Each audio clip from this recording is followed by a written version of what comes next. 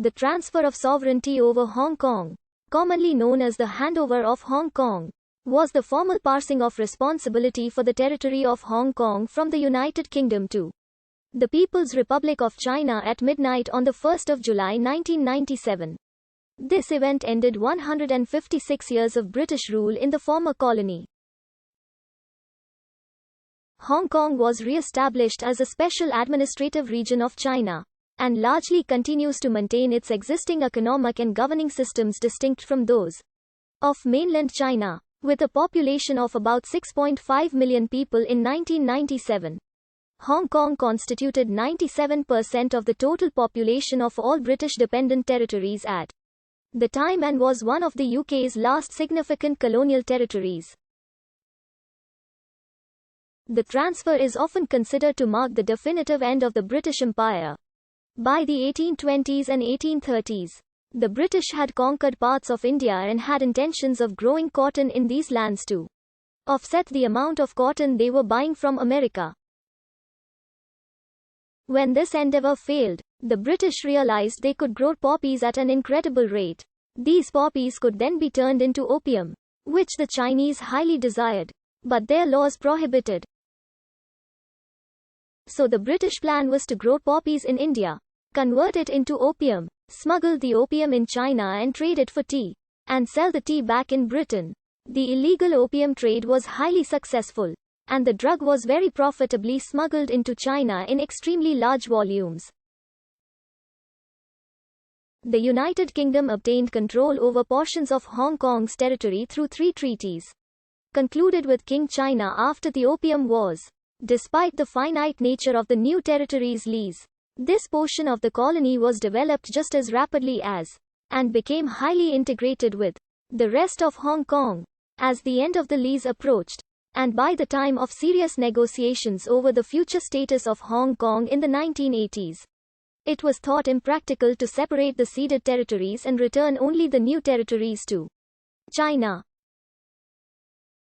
In addition, with the scarcity of land and natural resources in Hong Kong Island and Kowloon, large-scale infrastructure investments had been made in the new territories, with break-evens lying well past the 30th of June 1997.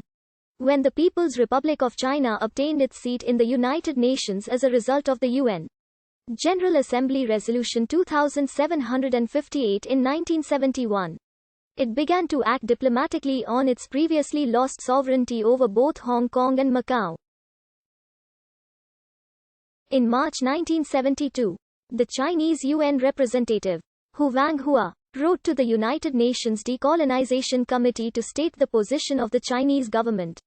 The same year, on the 8th of November, the United Nations General Assembly passed the resolution on removing Hong Kong and Macau from the official list of colonies. In March 1979, the governor of Hong Kong, Murray MacLehose, paid his first official visit to the People's Republic of China, taking the initiative to raise the question of Hong Kong's sovereignty with Deng Xiaoping. Without clarifying and establishing the official position of the PRC government, the arranging of real estate leases and loans agreements in Hong Kong within the next 18 years would become difficult. In response to concerns over land leases in the new territories, MacLehose proposed that British administration of the whole of Hong Kong, as opposed to sovereignty, be allowed to continue after 1997. He also proposed that contracts include the phrase, "for so long as the Crown administers the territory." In fact, as early as the mid-1970s, Hong Kong had faced additional risks raising loans for large-scale infrastructure projects such as its mass transit railway system and a new airport.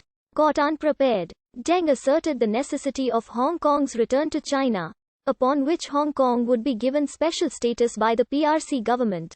MacLehose's visit to the PRC raised the curtain on the issue of Hong Kong's sovereignty. Britain was made aware of the PRC's intent to resume sovereignty over Hong Kong, and began to make arrangements accordingly to ensure the sustenance of her interests within the territory, as well as initiating the creation of a withdrawal plan in case of emergency. 3 years later, Deng received the former British Prime Minister Edward Heath, who had been dispatched as the special envoy of Prime Minister Margaret Thatcher to establish an understanding of the PRC's plans with regards to the retrocession of Hong Kong. During their meeting, Deng outlined his plans to make the territory a special economic zone, which would retain its capitalist system under Chinese sovereignty.